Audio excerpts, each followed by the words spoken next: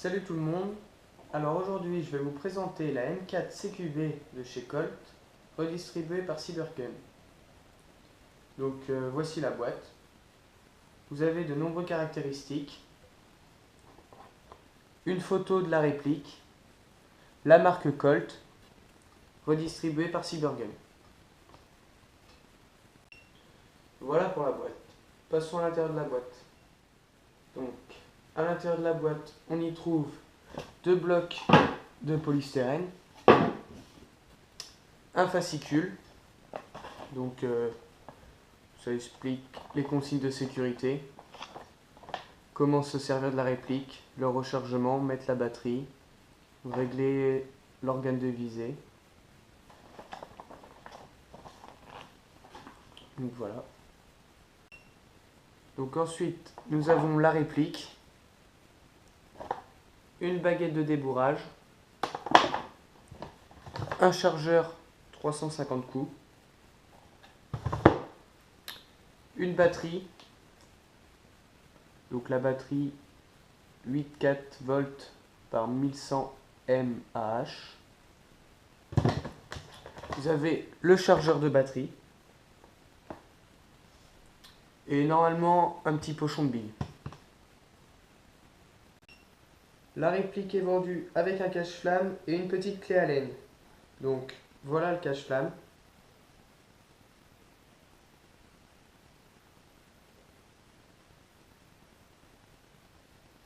Et la clé Allen.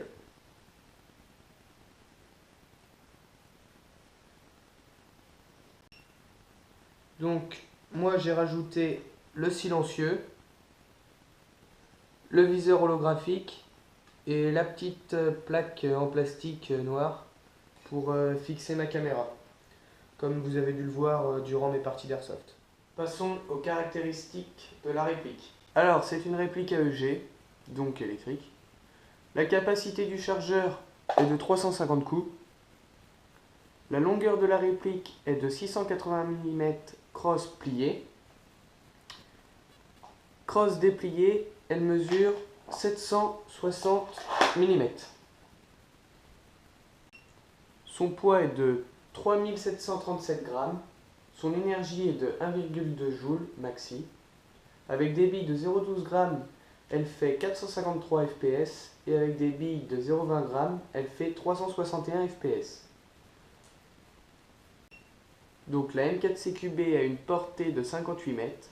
Elle dispose d'un système BAX et son prix est de 250 € en moyenne. Donc c'est une réplique full métal ainsi que sa gearbox.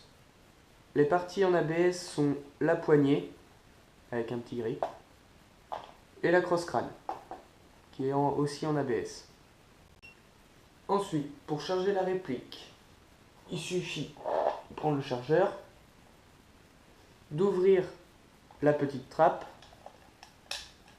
comme ceci, puis mettre des billes à l'intérieur et refermer la trappe. Ensuite, on n'a plus qu'à molleter par en dessous la petite roulette et les billes remontent automatiquement. Une fois que ça c'est fait, il ne reste plus qu'à mettre le chargeur à l'intérieur.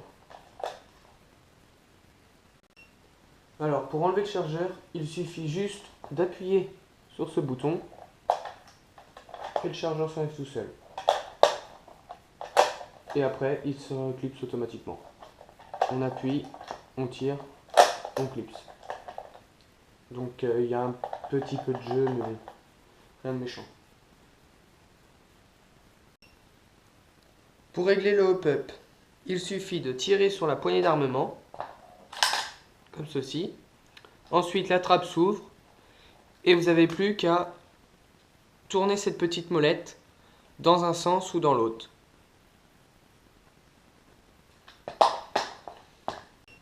La réplique dispose de deux attaches sangles, un devant et un au niveau de la crosse, qui est des deux côtés.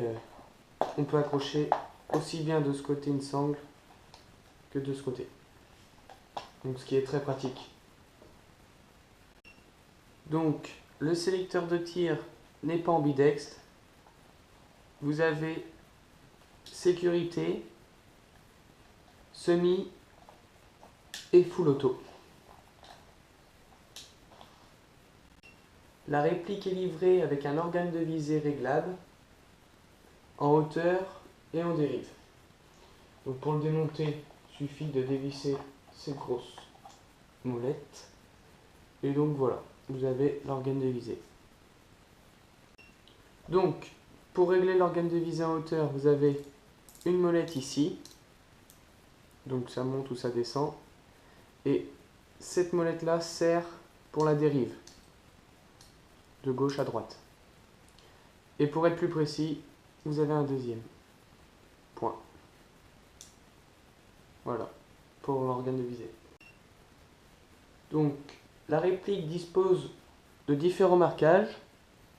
Donc le signe Colt, ainsi que le calibre 6 mm, normal vu que c'est des billes. Un autre marquage ici, un marquage gravé Safe, Semi et Auto pour le sélecteur de tir. Donc de l'autre côté, vous avez la même chose, Safe, sécurité, Semi et automatique. Vous avez aussi un numéro de série. Donc la réplique a aussi d'autres marquages sur les rails. Donc vous avez les lettres et les chiffres. Donc L1, L3. Sur chaque rail. Le rail du dessus, le rail de droite, gauche et en dessous. Passons aux points positifs et négatifs de la réplique. Point positif. La réplique a une portée correcte ainsi que sa précision.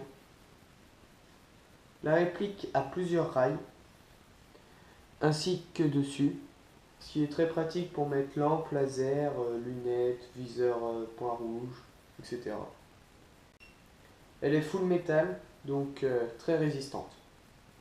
Voilà pour les points positifs. Points négatifs.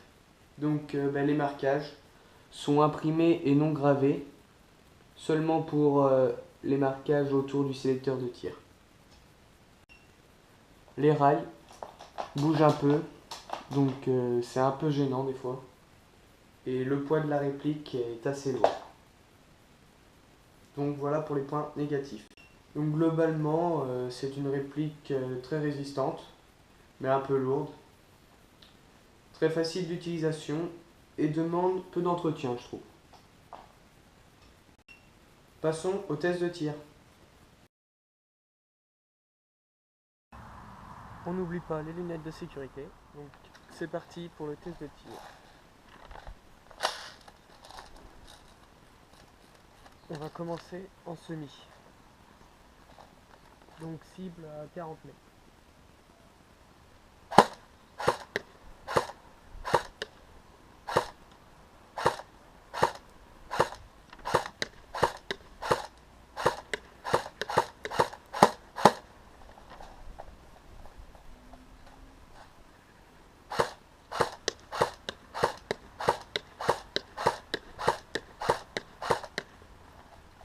Passons en full auto.